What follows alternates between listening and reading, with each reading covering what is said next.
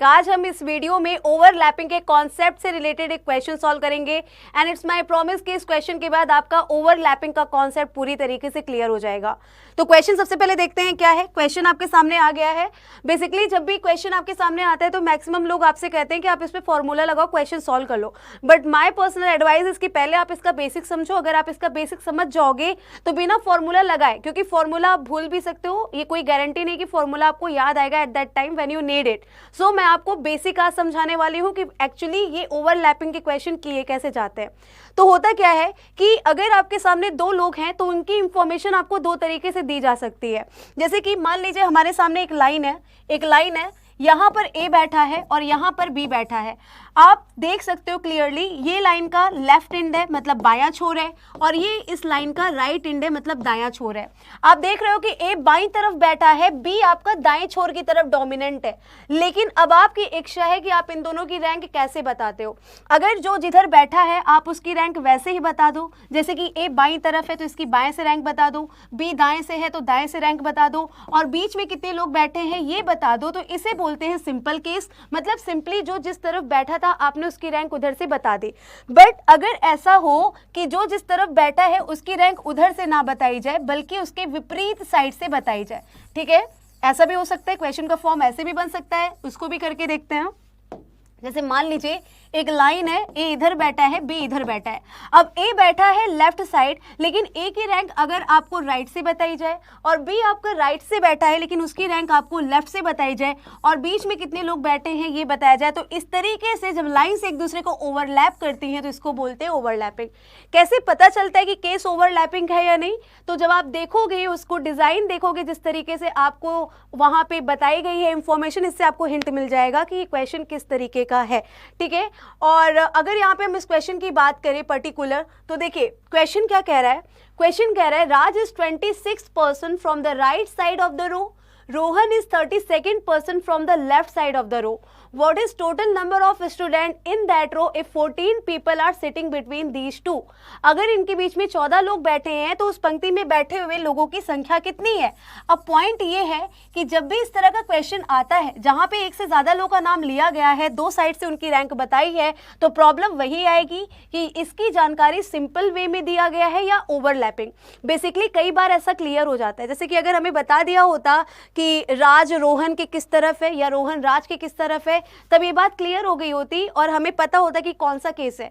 But यहाँ पे कौन किस तरफ है किसके ये नहीं बताया गया है, तो यहाँ पे क्या होगा, दोनों केस लगते हैं। मतलब कि ऐसा भी हो सकता है कि राज 26% है राइट से तो वो राइट में ही बैठा हो, ठीक है, और रोहन अगर लेफ्ट से 32 है रोहन, तो वो लेफ्ट साइड में बैठा हो, और इनके बीच में कितने लोग हैं, 14 लोग हैं। तो इस तरीके से भी हो सकता है ये। और यही सेम क्वेश्चन आप इस तरीके से भी डिजाइन बना सकते हो कि राज अगर 26 है राइट से तो आप उसे इधर बैठाओ, लेफ्ट साइड में बैठाओ, ठीक है, और इसकी रैंक राइट से बताई जाए कितनी आपको 26। रोहन अगर लेफ्ट से रैंक बताई गई है तो रोहन को आप राइट साइड बैठाओ, और रोहन की रैंक आपको लेफ्ट से कितनी बताई गई है, 32 बताई गई, और बीच में कितने लोग, 14 लोग।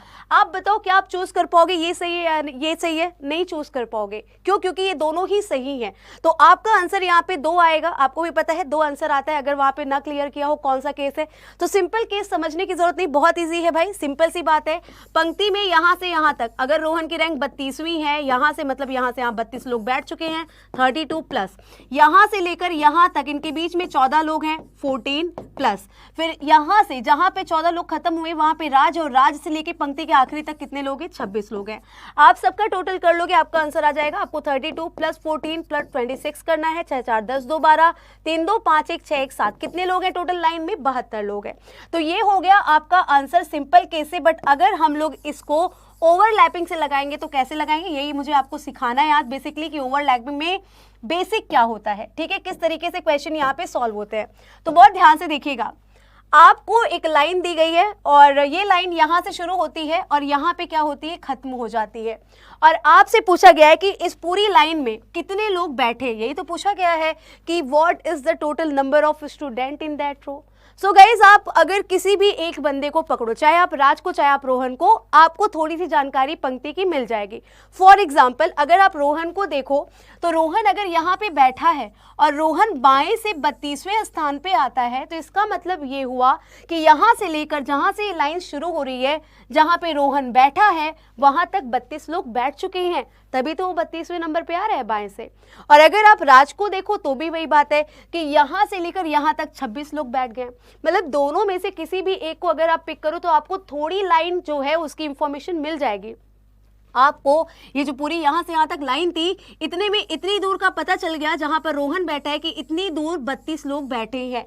तो अगर आपको पता चल जाए ये जो बची हुई लाइन है, ये जो बची हुई लाइन है यहाँ पे कितने लोग बैठे हैं ये भी पता चल जाए, तो आप उस 32 में और उतना जोड़ लोगे और आप टोटल नंबर यहाँ पे निकाल सकते हो।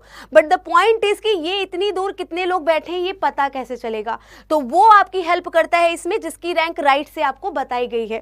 राइट से आपको यहाँ पर रैंक किसकी बताई गई है, तो भाई राइट से आपको रैंक यहाँ पर बताई गई है राज की। क्या बताया गया कि राज जो है वो राइट से 26 है। दिमाग समझिएगा, राज अगर राइट से 26 है, इसका मतलब राज के पहले कितने लोग बैठे होंगे, 25 लोग बैठे होंगे, तभी वो 26वें नंबर पे आ रहा है। यहां से लेकर यहां तक 25 लोग बैठे होंगे, तभी राज को 26वें नंबर पे गिना जा रहा है। अब इन 25 लोगों में 14 लोग तो इतनी ही दूर हो गए और एक कौन हो गया, इसको भी तो गिना गया, जब इधर से गिना गया तो रोशन को भी गिना गया, तो 14 लोग यहाँ पे हो गए और एक आपका रोशन हो गया, मतलब 25 में से आपको 15 लोग मिल गए। फिर से समझिएगा, I am repeating my words again. यहां से जहां पे राज बैठा है वो 26वें नंबर पे आते हैं, इसका मतलब उसके पहले 25 लोग बैठे हैं। 25 में यहां से लेकर यहां तक 14 हो गए, एक हो गया रोशन, मतलब 15 लोग मिल गए। तो बचे कितने लोग हैं, 10 लोग बचे हैं। जाहिर सी बात है वो यहां बैठे होंगे। गिन लीजिए, 10 एक 11, 11 और 14 25, और फिर राज आपका कौन से नंबर पे आया, 26। सो बेसिकली आपको पता चल गया कि आगे 10 लोग हैं। अब आप 32 में 10 जोड़ लेंगे, आपका आंसर आ जाएगा 42। मतलब इस लाइन में टोटल कितने लोग हैं, तो आंसर आपका बनेगा 42 लोग हैं। आई होप आपको ये समझ में आ गया होगा। अभी हम क्या करेंगे, यही चीज फॉर्मूले से भी एक बार करके देखेंगे। फॉर्मूला भी आपको बता देते हैं। कभी भी आपके सामने ओवरलैपिंग का क्वेश्चन आएगा तो आपको कैसे सॉल्व करना है, भाई आपको सॉल्व करना है कुछ इस तरीके से कि ओवरलैपिंग का फॉर्मूला होता है टोटल इज इक्वल टू, ठीक है, टोटल इज इक्वल टू, फिर आगे आपका जो आर आता है, क्योंकि आपको पता है कि लेफ्ट और राइट से आपको यहाँ पर रैंक बताई जाती है, तो राइट प्लस लेफ्ट कर लो या फिर एल प्लस आर कर लो, माइनस मिडिल प्लस 2, ठीक है। ये क्या होता है आपका, ये इसका फॉर्मूला है। अब राइट और लेफ्ट से जिसकी भी रैंक बताई गई हो, जैसे राज की रैंक राइट से बताई गई 26 प्लस रोहन की आपको लेफ्ट से बताई गई 32 माइनस मिडिल मतलब बीच में कितने बच्चे थे 14 और प्लस आपको 2 करना है।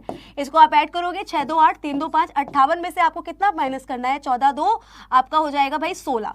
अब आप 58 में से 16 को माइनस करेंगे तो कितना आएगा 8 में से 6 गए 2 5 में से 1 गए 4। सेम आंसर आपका आया बेसिक से भी और आपका फॉर्मूले से भी। सो ये एक सिंपल सा तरीका है क्वेश्चन को सॉल्व करने का। बात है कि मैम अगर फॉर्मूले से कर सकते हैं तो बेसिक क्यों, क्योंकि अगर आप बैंकिंग एस्पायरेंट हो स्पेशली तो आपको पता है कि क्वेश्चन को घुमा फिरा के पूछता है, और अगर किसी भी क्वेश्चन को जरा सा भी घुमा फिरा दिया जाए आप उसे तब तक सॉल्व नहीं कर पाओगे जब तक आपको उस क्वेश्चन का बेसिक नहीं पता होगा। सो फॉर्मूला वाकई में बहुत अच्छा है, बहुत ही जल्दी आपका आंसर ला देगा।